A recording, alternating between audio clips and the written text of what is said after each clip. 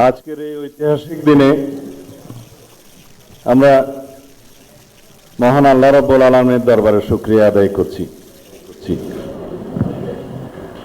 দীর্ঘ 16-17 বছরের ফেসিবাদ বিরোধী গণতান্ত্রিক সংগ্রামে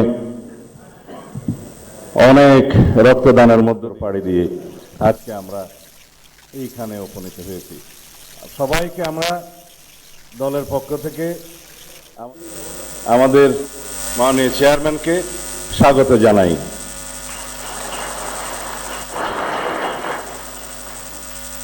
এই শপথ গ্রহণ অনুষ্ঠানে একটু পরে প্রধান নির্বাচন কমিশনার জাতীয় সংসদের সদস্য হিসেবে আপনাদের শপথ পাঠ পরিচালনা করবেন। সংবিধান অনুযায়ী 148 আর্টিকেল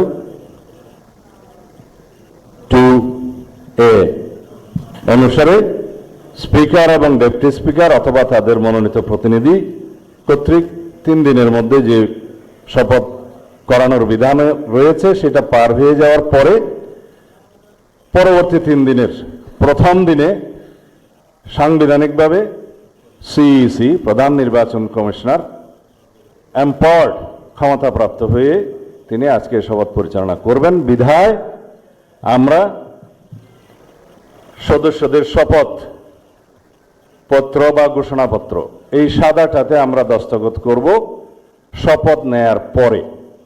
এখানে আপনাদেরকে বলা হয়েছে আমি ...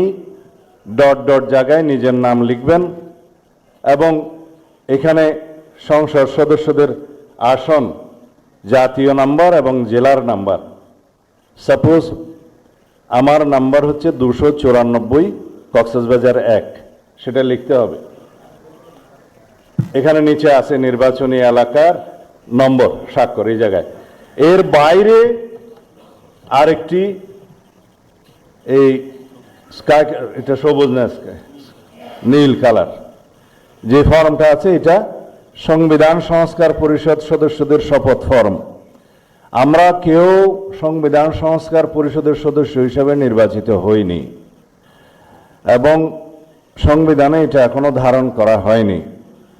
গণভোটের রায় অনুযায়ী সংবিধান সংস্কার পরিষদ গঠিত হলে সেটা সংবিধানে আগে ধারণ করতে হবে এবং সংবিধান সংস্কার পরিষদের সদস্যকে কে শপথ নেওয়াবেন সেটা বিধান করতে হবে এবং কোন এরকম ফর্ম এটা সংবিধানে নেই।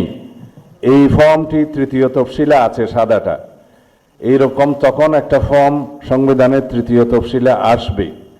সেগুলো সাংবিধানিকভাবে জাতীয় সংসদে গৃহীত হওয়ার পরে তখন জাতীয় সংবিধান সংস্কার পরিষদের সদস্যদের শপথ নেয়ার বিধান করা যাবে।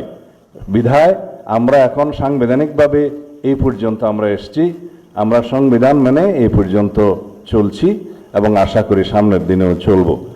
আমি মাননীয় চেয়ারম্যানের নির্দেশে ওনার উপস্থিতিতে আপনাদেরকে এই আমাদের দলীয় সিদ্ধান্তটা জানালাম। ধন্যবাদ সবাইকে।